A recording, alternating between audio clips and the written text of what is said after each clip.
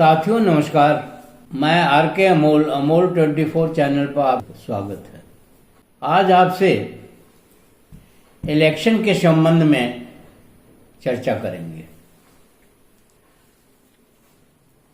तमाम तरह की अखबारों में, मीडिया में, मोबाइल पर, यूट्यूब पर, तमाम जगहों में ये खबरें आती हैं कि वोटर लिस्ट जो है गड़बड़ था, वोटर लिस्ट में नाम कटवा दिया गया, मोहम्मडन्स का नाम कटवा दिया, बैकवर्डों का नाम क्या दिया, यादवों का नाम कटवा दिया गया, शेड्यूल कास्ट का नाम कटवा दिया, ये नाम कटवा दिया गया, वो नाम कटवा दिया गया।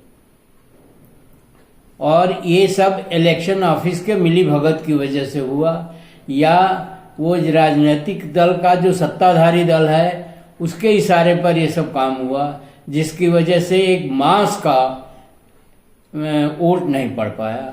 और दूसरे इस गलती की वजह से जिसका आधार नहीं है वो कैंडिडेट या वो जीत गया।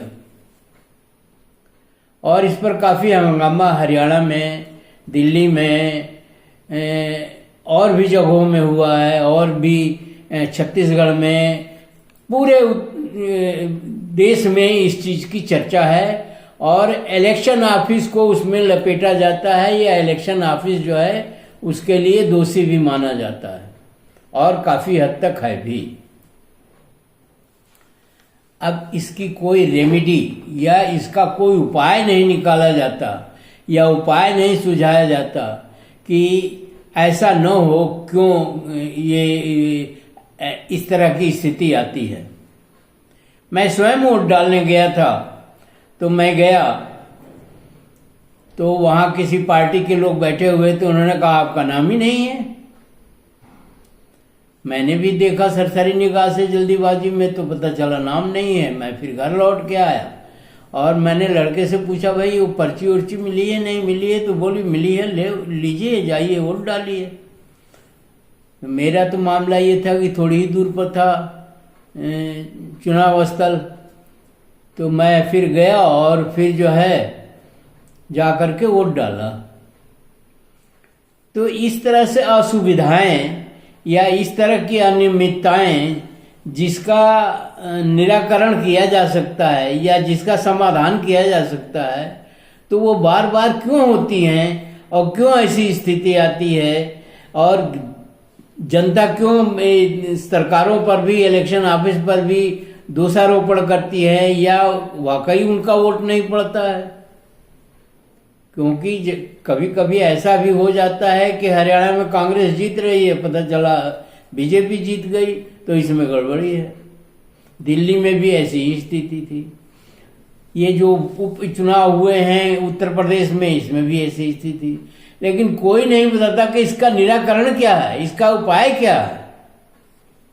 मेरी समझ से तो इसका उपाय ये है कि चुनाव जो है आधार कार्ड के ऊपर कराया जाए। आधार कार्ड एक बहुत ही इम्पोर्टेंट डॉक्यूमेंट है, बहुत ही उससे बड़ा कोई डॉक्यूमेंट नहीं है जिसमें सारी चीज़ें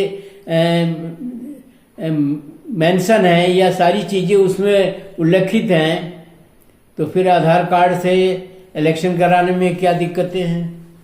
किसी ने बताया कि वो एड्रेस उसमें वहाँ है, रहते वहाँ हैं। जिसका जो एड्रेस आधार कार्ड में है वहीं वो जा करके वोट दे, और नहीं तो मत दे। लेकिन काम भी बढ़ जाता है। वोटर लिस्ट बनाओ, वो उसके पहले उसकी पैमाइश कराओ, उसका बीएलओ भेजो और देखो कि क्या है, वो जिंदा है, मर गए हैं, कैसे हैं, क्या है। तो इस तरह से जो है सारी चीज़ें एक अंधकारमय हो जाता है, एक घपला हो जाता है, या उसकी स्पष्टता नहीं रहती।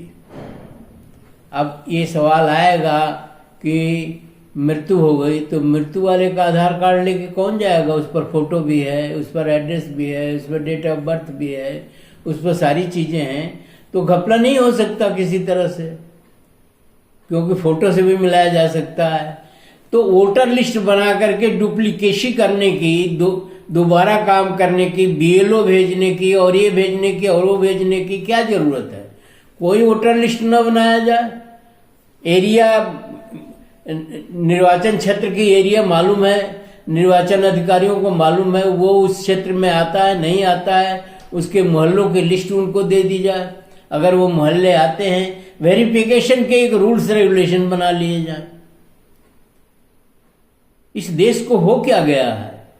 इस देश में तरह तरह की छोटी छोटी बातें उठती हैं और मंशा जो है उसके इंटीग्रिटी डाउटफुल करी जाती है, उसको कहा जाता है ये संदेहात्मक है। तो इस तरह की स्थिति आना तो सही नहीं है और दुनिया भर की बदनामियां भी होती हैं और दोषारोपण भी होते हैं और काम भी नहीं होता है और कोई आवाज न उठाने पाए। अगर आप आधार से सारे ही काम करना शुरू कर दें, आधार के अलावा और कोई डॉक्यूमेंट आप अलाउ ही नहीं करिए, तो इस तरह की स्थिति है। और हम तो यही निवेदन करेंगे, आग्रह करेंगे कि इस पर गंभीरता से विचार करके इसमें जो और व्यतिक्रम या और जो दिक्कतें हैं उसके बारे में समाधान के लिए इलेक्शन ऑफिस सक्षम है, वो सब कुछ कर सकता है।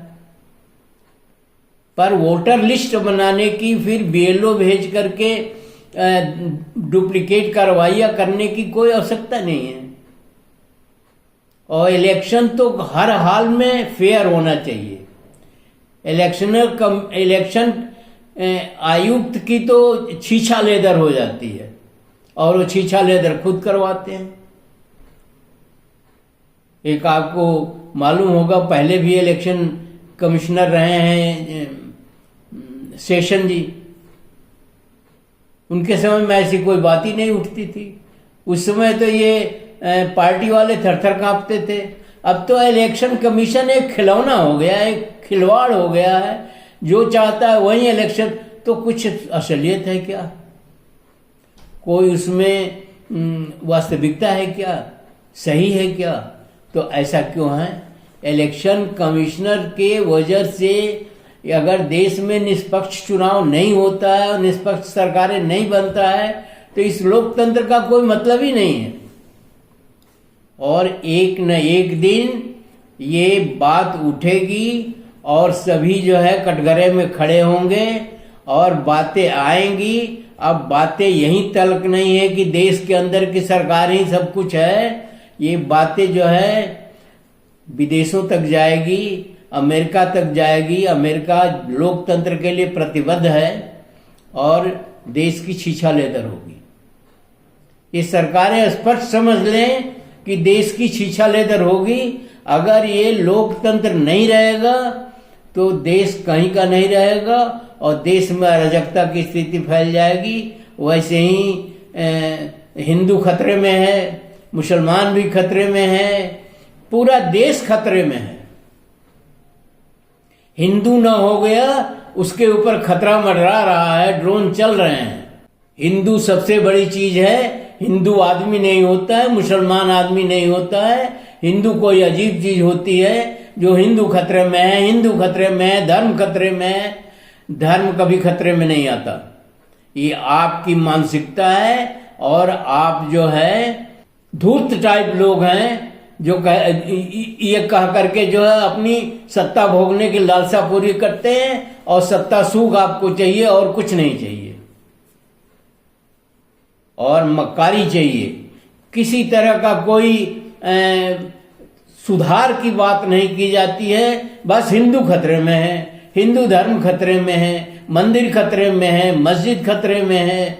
मंदिर से क्या मिल जाएगा? मंदिर क्या चीज है? आदमी के आगे तो मंदिर कुछ भी नहीं है। मैंने एक और भी वीडियो बनाई थी और फिर उसको हम दोहरा रहे हैं कि ये न हिंदू धर्म है, न मुसलमान धर्म है, न ईसाई धर्म है, न बौद्ध धर्म है, न जैन धर्म है। धर्म तो मानव धर्म है। सारा विश्व जो है ईसाई नहीं है, कुछ ही लोग ईसाई हैं।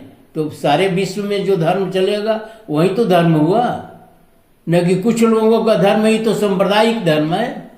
हिंदू धर्म में कुछ ही लोग तो हिंदू हैं पूरे दुनिया में। ईसाई तो खैर बहुत सारे देशों में हैं, लेकिन हिंदू तो कहीं नहीं है। तो हिंदू भारत के कुछ क्षेत्रों में हैं। तो वो हिंदू धर्म खतरे में है, खतरे में है।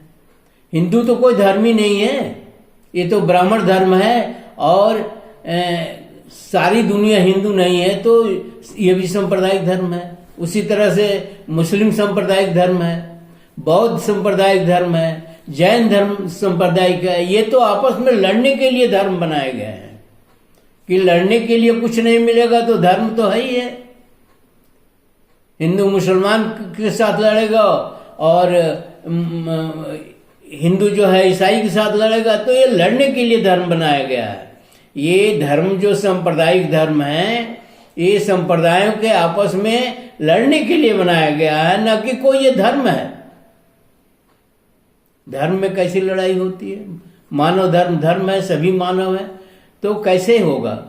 तो इस तरह से जो है, इसी तरह से इलेक्शन में वोटर लिस्ट बना करके, बीएलओ भेज करके, ये करके वो करके एक डिस्प्यूट, एक विवाद खड़ा किया जाता है। और विवाद खड़ा करने के पीछे जो है उसकी मंशा गलत होती है। इस तरह से तो देश बर्बाद हो रहा है। और देश की बर्बादी के लिए इतिहास में जब ठहराया जाएगा जिम्मेदार, तब ठहराया जाएगा, उसके पहले तो देश बर्बाद हो चुका रहेगा और हो चुका है। फिर हम वही दोहराएंगे कि 755 साल आप गुलाम रह चुके हैं, आप अराजकता के शिकार हो चुके हैं। तो क्यों बार बार ये चीजें होती है? और कोई धर्म खतरे में नहीं है, कोई संप्रदाय खतरे में नहीं, कोई कुछ नहीं है, सिवाय इसके कि वो ईगो की लड़ाई है या लड़ने की इच्छा है। लड़िए, शौक से लड़िए, लेकिन शिक्षा के लिए लड़िए, स्वास्थ्य के लिए लड़िए, रोजगार के लिए लड़िए कि नहीं रोजगार होना चाहिए देश में। अभी हमने एक वीडियो बनाया है कि माओ त्से तुंग, जो चाइना के प्रथम राष्ट्रपति थे आज़ादी मिलने के बाद 1949 में, उन्होंने कहा चाहे पूंजीवाद से, चाहे कम्युनिज्म से, चाहे जैसे देश का विकास होना चाहिए तो होगा, और हुआ। आज चाइना जो है अमेरिका की टक्कर में, भारत तो उसके आगे कहीं टिकता ही नहीं है। भारत की सेनाएं कम है, हर मामले में भारत जो है चाइना से बहुत पीछे है, क्योंकि उन्होंने ये दृढ़ संकल्प कर लिया कि मुझे हर हाल में, चाहे जैसे भी हो, चाहे पूंजीवाद का सहारा लेना पड़े, चाहे कम्युनिज्म का सहारा लेना हो, चाहे जो भी रास्ता अख्तियार करने पड़े, देश का विकास होना हर हालत में है। यहाँ धर्म का विकास होता है, हिंदू का विकास भी नहीं होता है। यहाँ तो कुछ है ही नहीं है। यहाँ तो सिर्फ ये है कि हम बड़े तो हम बड़े।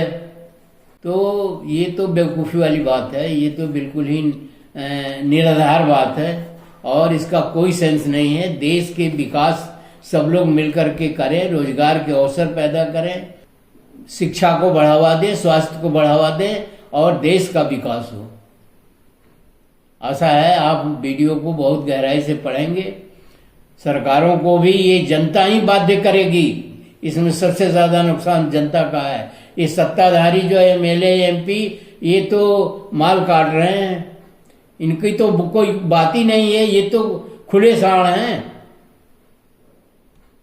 तो जनता का सबसे ज्यादा नुकसान है। जनता इस चीज के लिए बाध्य करे, आंदोलन करे, लड़े भिड़े और जो कुछ भी करना हो करे। इसी के साथ वीडियो समाप्त करते हैं और आशा करते हैं आप वीडियो जो है ध्यान से पढ़ेंगे, उसके बारे में सोचेंगे, समझेंगे, कमेंट बॉक्स में हमको भी बताएंगे। जय भारत, जय संविधान, जय नेहरू।